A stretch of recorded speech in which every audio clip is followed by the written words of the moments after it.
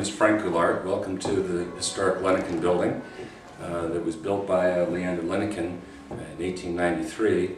Leander was born in Maine in 1835, came to California after sailing ships. He got to California in 1863, did some mining up in the mines at Sonoran Mines, and then came to Hayward in 1865. He started a butcher shop when he first came to town, and then later on opened a hardware store which went on into the 20th century. Leander had this house built in 1893 after purchasing the land from William Hayward in 1888. In 1868, Leander Linekin helped file the first petition for incorporation for the city of Hayward, but the county turned it down. They came back then in 1876 with another application for incorporation, which was accepted, and the city of Hayward was born. Leander Linekin was elected among the first 5 trustees to serve as trustees for the city of Hayward, and by the 3rd year, which he had won 3 consecutive elections, he was named chairman, or what they called mayor back at that time, for the city of Hayward. So he was off and on, mostly on the board of trustees through 1893, leading in most years as the mayor chairman of the board of trustees, establishing the streets and the lighting and the grading, and especially for Leander, he was particularly interested in the sewerage, and said that he would serve until the sewer was put in, and it was put in. He made the motion in 1892 to be able to establish the first sewer for the city of Hayward. And this is my wife, Julie Machado, who will talk to you about the vision that her family had about restoring an old house. Well, it was actually my mom and I. Mom always wanted to redo an old house, so I sort of grew up with that idea that that would be a neat thing to do.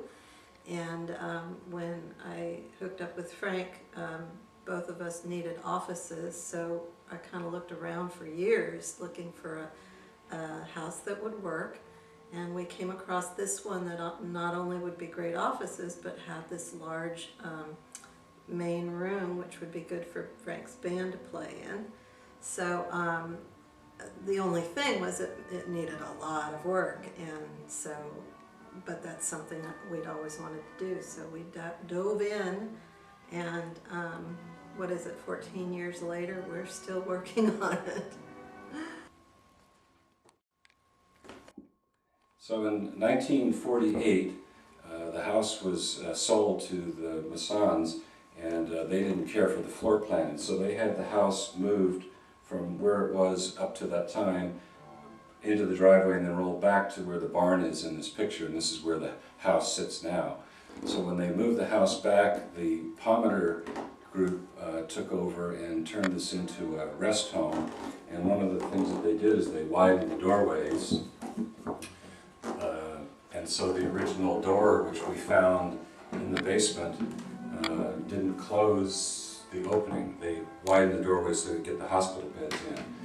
And so Julie's father, Pat Machado, used some glass we found down in the basement here and crafted out of redwood a nice little swing to come in so that we'd be able to use the door. And it also doubled as allowing for disabled access to the offices here. So my mom, Karen Machado, who's a perfectionist by nature, she put in hours and hours of work stripping and staining and refinishing the redwood molding that's all around the house. You'll see them over every doorway. And originally we think it was stained, but when we got it, they were all painted. So there was a lot of time involved that she lovingly put in at the time, but I think she's burned out on stripping and staining now. And then your dad, Pat Machado, along with his brother, Rich Machado, put all the moldings up. That's true. And all the moldings had to be furred out because of the sheetrock that we put on the plaster, on top of the plaster wall. So there was a lot of work that your dad and Uncle Rich did as well. And we tried to save the plaster walls too, but they were just too broken up and torn apart, and there were like 8 layers of wallpaper on them. And after, you know, we started stripping that, but then underneath it was just really torn up. So we eventually gave in and decided to sheetrock. So this is a Queen Anne Victorian, and built in 1893. It was built pretty much fully of redwood, and it uses a type of building called balloon framing, which is something they don't use anymore these days. This room was added on in when was that? 1910, and was the kitchen when we got it, and it was really not a functional room, so for many years it functioned as our workshop basically while we were rehabbing the rest of the house. Oh, this room is probably my favorite room because of all the trees in back here, and we actually put all 3 windows in to match the rest of the house.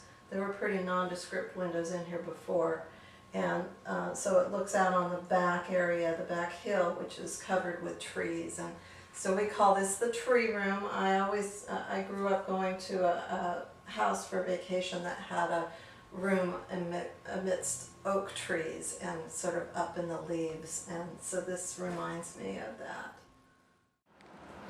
So this is an example of balloon framing where the 2x4 stud actually comes all the way up from the ground, all the way up through the first floor, up into the second floor before it's capped off with the top plate.